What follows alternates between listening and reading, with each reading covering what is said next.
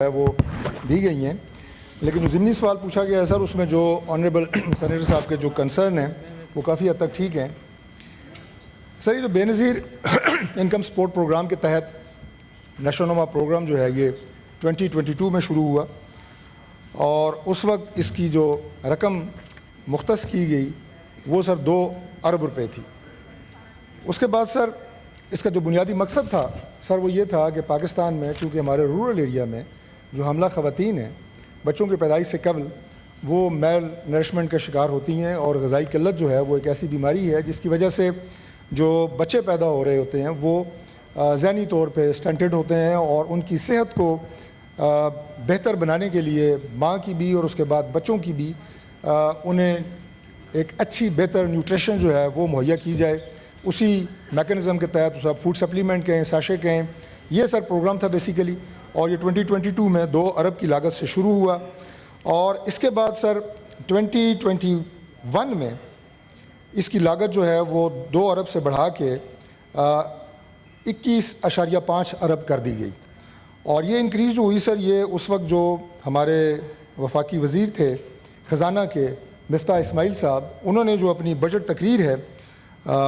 2022-23 اس میں انہوں نے یہ کہا کہ بے نظیر نشو و نما پروگرام تمام اضلاع تک بڑھا دیا جائے گا، جس پر تقریباً 21.5 ارب روپے کی لاگت آئے گی۔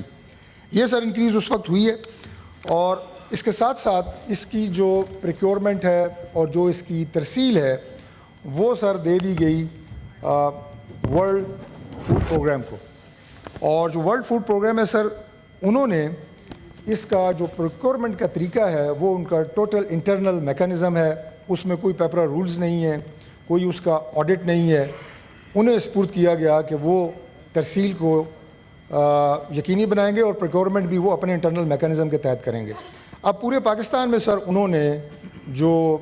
انڈسٹری شارٹ لسٹ کی وہ اسماعیل انڈسٹریز لمیٹڈ ہیں، جس کے جو اونر ہیں وہ مفتاح اسماعیل صاحب ہیں، اس کی تفصیل بھی جو ہے وہ دی گئی ہے جواب میں، اور پورے باقی بھی جو ان کے بورڈ آف گورنرز کے ممبر ہیں ان کی تفصیل سر دی گئی ہے۔ تو میں سر اس بات سے ان سے اتفاق کرتا ہوں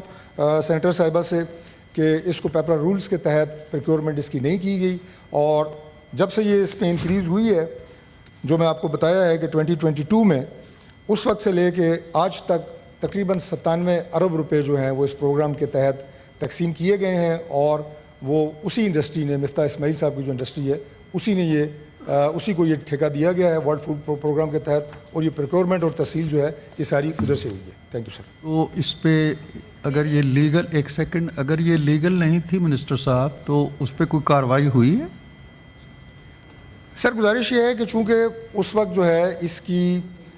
اس وقت سر ابھی تک اس پہ کوئی کارروائی نہیں ہوئی ہے، کیونکہ جو BISP کا میکانزم اس وقت جوڑا گیا ورلڈ فوڈ پروگرام کے تحت، یہ انہی کو یہ ذمہ داری دی گئی کہ آپ اپنے انٹرنل میکانزم سے اس کو پروکیورمنٹ کو اور اس کی ترسیل کو یقینی بنائیں گے، اور وہ سر ابھی تک اسی طرح چل رہا ہے۔